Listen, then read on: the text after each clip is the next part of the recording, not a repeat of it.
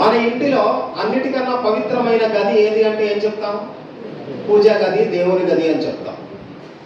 దౌర్భాగ్యం కొద్దీ ఇప్పుడు ఆ పూజా గది అనే దానికి స్థానం లేకుండా శంకు పక్కన దేవుణ్ణి పెడుతున్నారు అండి చాలా మంది. అంటే మన ప్లానింగ్ లో, మన ఆలోచనలో, మన జీవితంలో, మన సమయంలో దేవుడికి చోటు లేదని అక్కడ అర్థమైపోతుంది.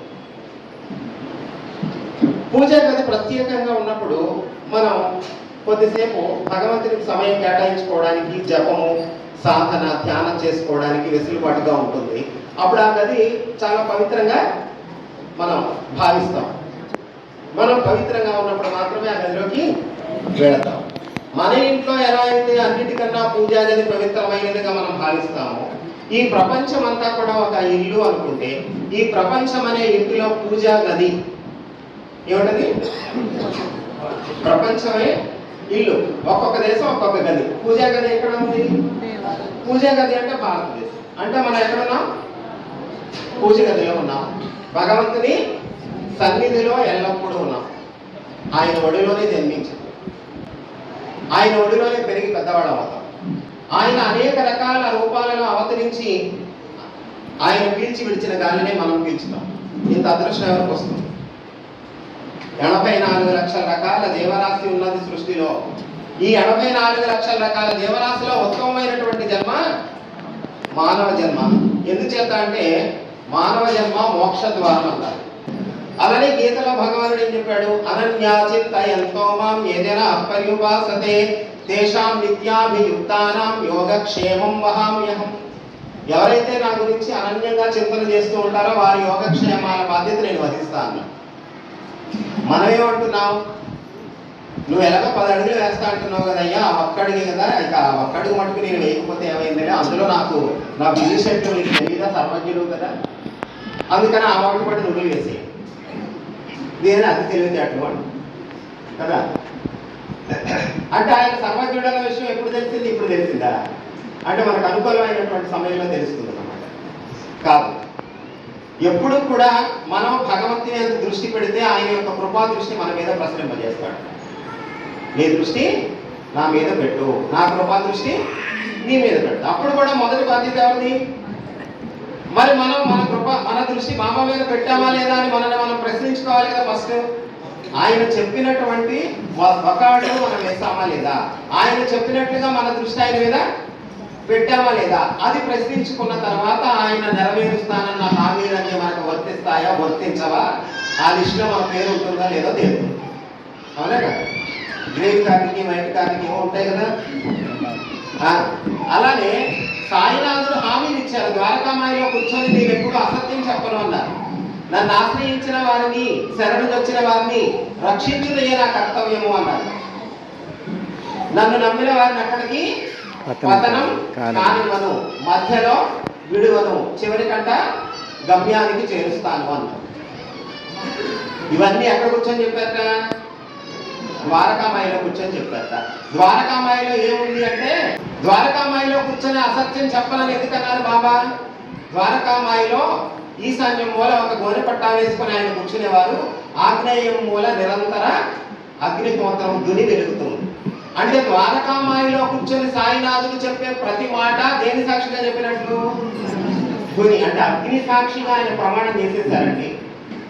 నా భక్తుల ఇంట అన్న వస్త్రాలకు లోటు ఉండదు, లేమి అనే శబ్దమే పొడసూపదు కదా. ఇవన్నీ మనకు వర్తించాలి అనుకుంటున్నామా, వర్తించకూడదు అనుకుంటున్నామా? నన్ను నమ్మిన వాడిని పతనం కానివని అన్నారు కదా, మనకు వర్తించాలా వద్దా కదా? ఇవన్నీ మనకైతే వర్తించాలి. కానీ ఎవరికి వర్తిస్తాయని ఆయన చెప్పారో ఆ లిస్టులో మన పేరు ఉండదు. వైట్ రేషన్ కార్డే కావాలి అందరికి, కానీ దాని అర్హతలు మనకి లేవు. ఎట్లా కుదురుతుంది? అందుకని సాయినాథుడు చెప్పిన హామీలన్నీ మనకి వర్తించాలి అంటే మనం ఏం చేయాలి? దానికి కూడా ఆయన చెప్పారు, తల్లికి దగ్గ బిడ్డల కంటే మీ భాండాగారాలు నింపుకోండి. సాయి మనకు తల్లి అని, తల్లి, తండ్రి, గురువు, దైవం సర్వం. మరి ఆయనకు తగ్గ బిడ్డలుగా ఉండమని కూడా ఆయన చెప్పారు కదా. సాయి తల్లి అనుకుంటే, సాయి గురువు అనుకుంటే, సాయి తండ్రి అనుకుంటే ఆయనకు తగ్గ బిడ్డగా, ఆయనకు తగ్గ భక్తుడిగా మనం ఉన్నామా అంటే, సాయి భక్తులము అని మనం చెప్పుకునే స్థాయి నుంచి సాయినాథుడే మనల గురించి చెప్పాలంట, వీడే నా అసలైన భక్తుడు అని. అప్పుడు మన సాధన కంప్లీట్ అయినట్టే. ప్రారంభంలో మనం సాయి భక్తులు అని అనుకుంటాం, అరే ఇది కాదు మనం చెప్పుకోవడంలో ఉపయోగం ఉంది, ఆయన చెప్పాలి వీడే నా భక్తుడు. అలా సాయినాథుడు ఒక విషయంలో చెప్పారు, గుర్తుందా? మేఘుడు గురించి చెప్తూ బాబా అంటారు వీడే నా అసలైన భక్తుడు అని.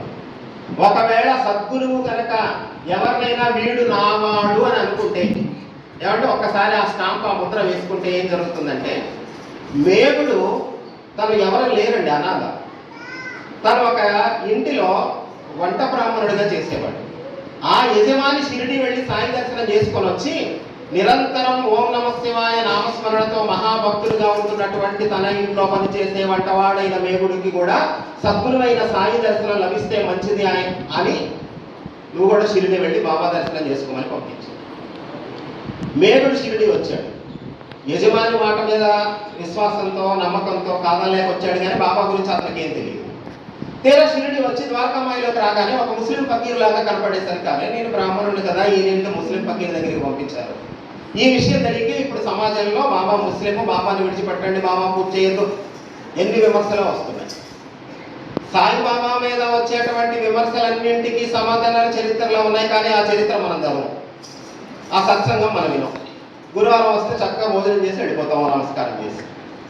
ఆయన సద్గురువు కదండి, ఆయన సద్గురువు దగ్గరికి ఎందుకు రావాలి? యూనివర్సిటీకి ఎందుకు జాయిన్ అవుతాం యూనివర్సిటీలో?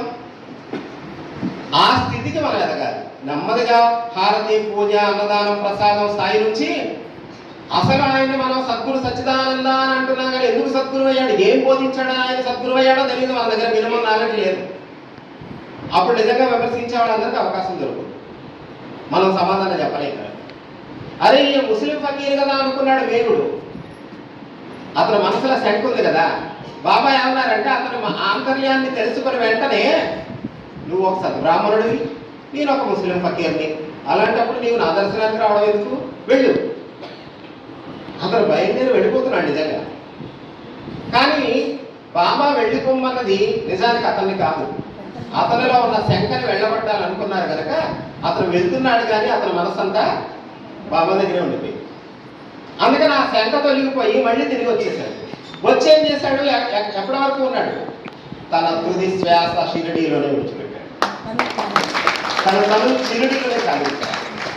ప్రతిరోజు 8 మైళ్ళ దూరంలో ఉన్న కోపర్గాం దగ్గర గోదావరికి వెళ్ళి కావిడితో నడిచి గోదావరి జలం తీసుకొచ్చి షిరిడీలో ఉన్న అన్ని దేవాలయాలలో అభిషేకం చేసి చివరిలో ద్వారకామాయిలో సాయినాథుడికి పూజ చేసేవాడు.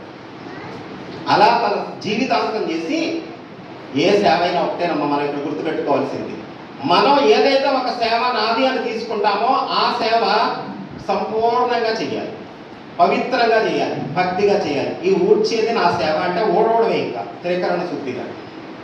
అలా ఎవరు ఏ సేవ అనుకుంటే ఆ సేవ.